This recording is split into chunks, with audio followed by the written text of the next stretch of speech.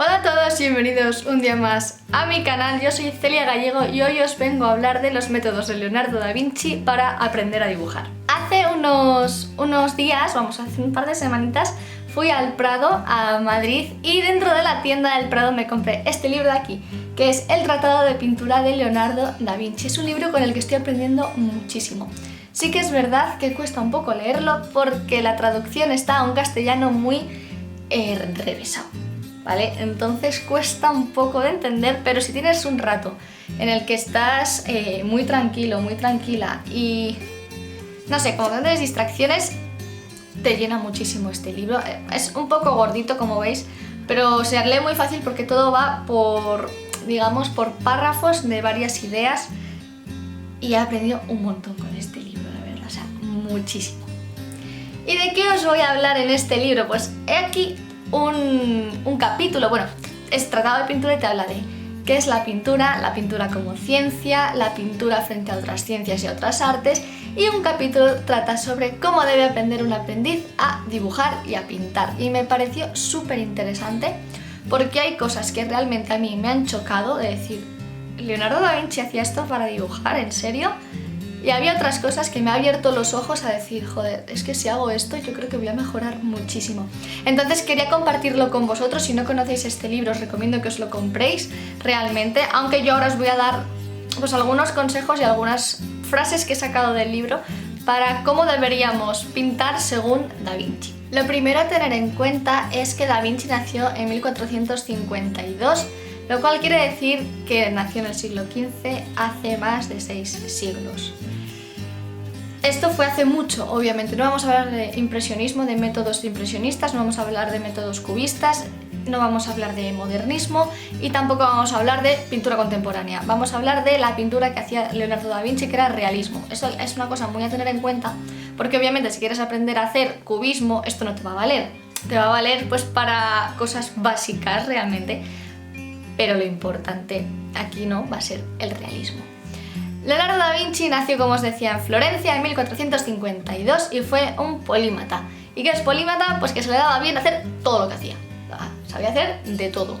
Como ahora se dice una expresión que es eres un hombre, mujer, eres una persona del Renacimiento. Pero básicamente Leonardo da Vinci sabía hacer de todo. Fue pintor, arquitecto, fue también inventor de cosas de guerra, inventor de cosas en general. De hecho, mejoró muchísimas cosas, como por ejemplo es el tenedor.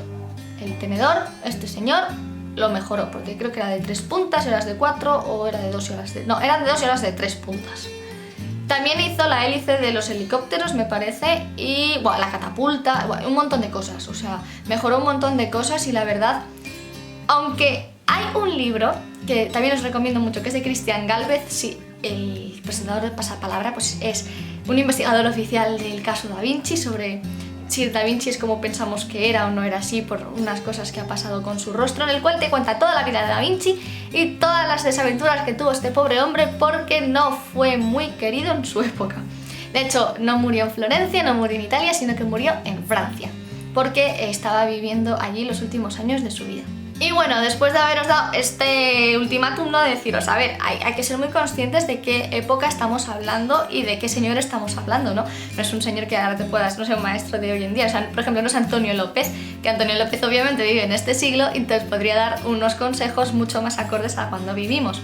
Pero bueno, me he apuntado todas las frases y todas las cosas importantes aquí para que podamos, para que no me líe con el libro, porque la verdad están un poco desperdigadas. La primera de todo que debe aprender, según Leonardo da Vinci, un aprendiz es la perspectiva y cómo funcionan las cosas, las formas de los objetos. Esto me parece súper interesante porque sí que es verdad que cuando vas a una academia de pintura, yo no sé realmente en los bachilleratos de artes o en bellas artes cómo aprende la gente a dibujar, pero sí que es verdad que yo cuando he ido a academia sí me obligaban, entre comillas, a hacer mis primeros dibujos en función a la perspectiva, a que me fijaran bodegones y que dibujara pues bodegones de varios tipos, ¿no? Pero siempre los hacía en función de otro dibujo o de una fotografía. Esto aquí, bueno, obviamente la fotografía no existía en el Renacimiento, pero sí que es verdad que hace mucho hincapié Da Vinci en que las cosas deben ser del natural y no de tu imaginación.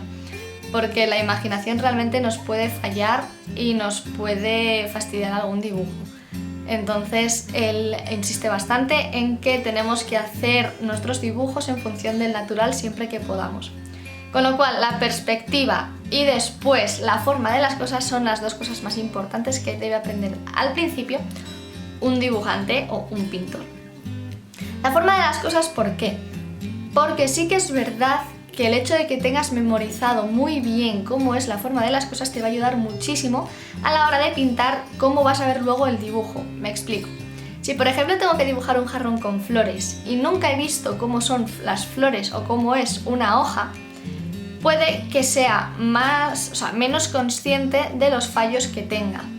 Si sé cómo es una rosa, si por ejemplo pinto un clavel, porque no me he dado cuenta, porque no me ha salido bien, obviamente voy a saber que eso no es así, por mi cabeza y por cómo lo tengo yo interiorizado. Sin embargo, si sé perfectamente cómo es una rosa, que es básicamente pues una flor bastante cerradita, con todos los pétalos que van entrelazándose unos a otros, tenéis todos una imagen de una rosa en la cabeza, cuando la dibujo, en que esté fijándome del natural, inconscientemente voy a hacerlo como sé que es. Entonces sí que te va a ayudar un poco. Básicamente esto es lo que dice Leonardo da Vinci para al principio empezar a aprender. Después de esto, lo que tienes que hacer es fijarte en tu maestro o en quien te quieras fijar que pinte mejor que tú, que te esté enseñando, en cómo lo hacen ellos del natural, en sus métodos básicamente, desde que cogen el lienzo o el papel hasta que acaban de hacer el dibujo. Esto a mí me pareció también súper interesante porque una de las cosas que también dice que es muy importante es que imites a tu maestro. Que si alguien te está enseñando tendrás que imitarle para que tú también puedas mejorar en el dibujo. Porque además una de las cosas que ocurre ahora mismo también con el tema de las redes sociales es que si copias un dibujo de alguien, aunque digas que lo has copiado, hay gente que te va a atacar diciéndote que no puedes hacerlo, que no puedes copiar a otras personas, que no eres un artista si copias, etc. ¿Y cómo quieres que la gente aprenda? No sé, o sea, yo realmente es que he aprendido copiando a otras personas. Cuando iba a la academia, a mi profesora, después cuando fui a otra academia, a mis profesores y a la gente que me inspira dentro de las redes sociales, yo los he copiado y lo he hecho y he citado de quién venía el dibujo, y había veces que no lo he hecho cuando era más pequeña porque no era consciente de que había que hacerlo, pero obviamente ahora que lo soy, si lo he tenido que hacer, pues porque quiero aprender algo, ya está, o sea, ya está. Pero bueno, sigamos. Otra cosa súper interesante es que a la pintura Da Vinci le llama ciencia imitatoria. ¿Por qué? Porque para él la pintura imitaba a la naturaleza. Es decir, ya que ellos hacían realismo, ellos se iban al campo o imitaban o pintaban personas, y todo esto viene de la madre naturaleza, entonces él lo llamaba ciencia imitatoria. Lo segundo que tienes que hacer también es salir a la calle y dibujar cosas del natural con sus luces y sus sombras. Esto también lo remarcaba bastante el tema luces y sombras, porque hay que ser muy observador para retratar algo con sus luces y sus sombras exactas.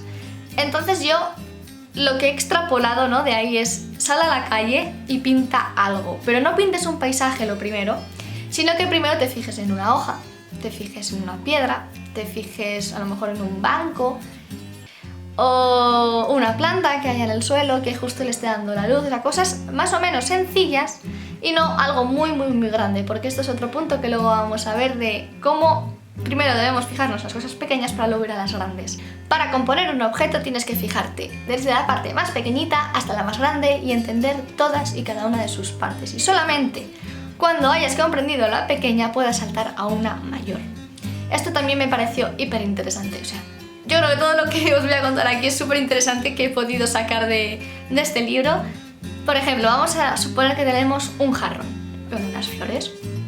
Hay que comprender cómo es, por ejemplo, las hojas de las flores o los pétalos de las flores, o por qué el jarrón tiene esta forma y no tiene otra forma, y por qué le está dando la luz de aquí. O sea, realmente no ver el objeto en conjunto, o sea, lo que sería toda la composición, sino parte por parte. Esto a la hora de pintar, no de componer el dibujo, porque a la hora de componer es mejor tener una visión espacial completa, y o sea, a la hora de hacer el boceto y dibujar. Pero a la hora de pintar, para que todo quede mucho más realista, fijarse parte por parte.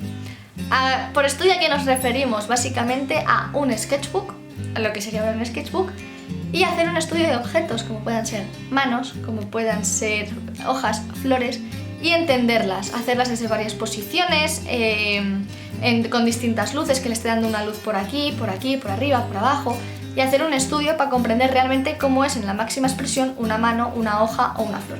Y de aquí vendría pues la siguiente que está relacionada, que es debemos comprender al 100% la fisonomía de las cosas. Si tenemos dos manos y queremos fijarnos en cómo es una mano realmente, o sea, tú tienes que fijarte que una mano tiene huesos, tiene músculos, tiene uñas, tiene cartílago, tiene las falanges, tiene las líneas de por aquí. ¿Y cómo sería una mano si le está dando la luz desde este punto de por aquí? ¿O cómo sería la mano si le está dando desde este punto de aquí, no?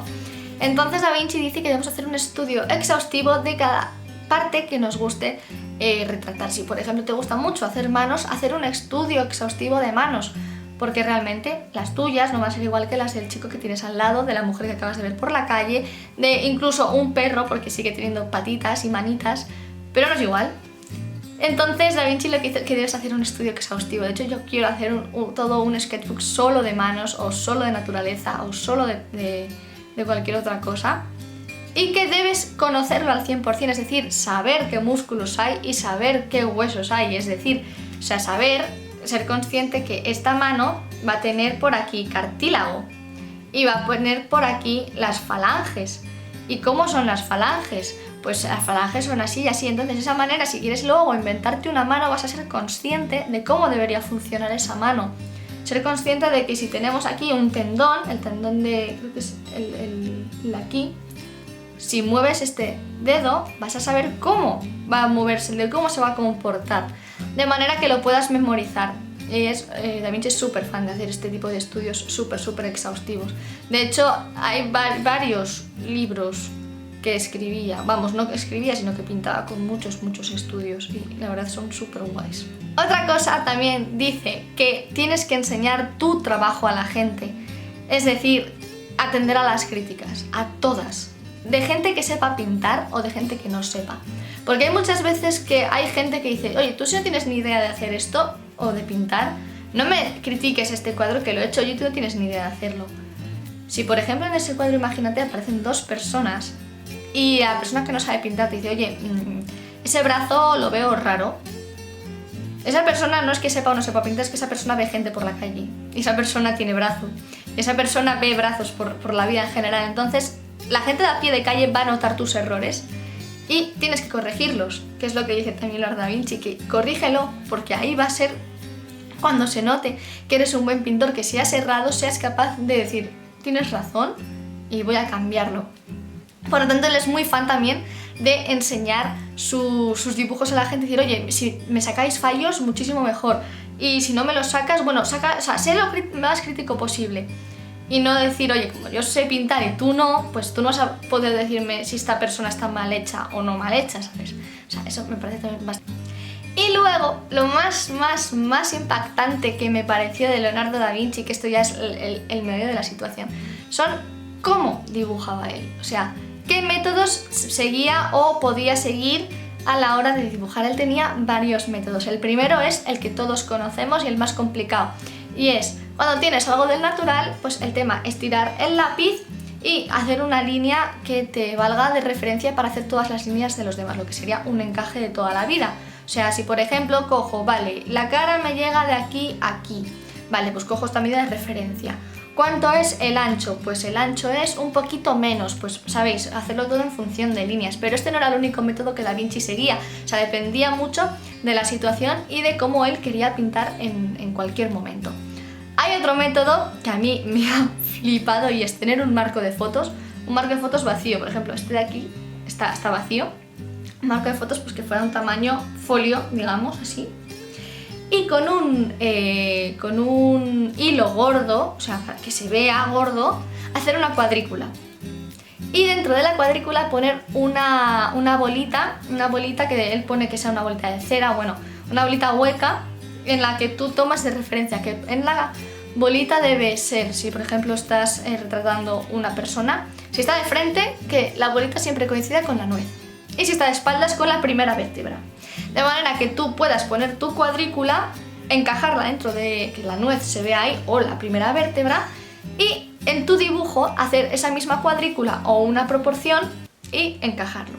Es decir, dibujar con cuadrícula de toda la vida. Que sí, que Da Vinci dibujaba con cuadrícula. ¿Y qué pasa?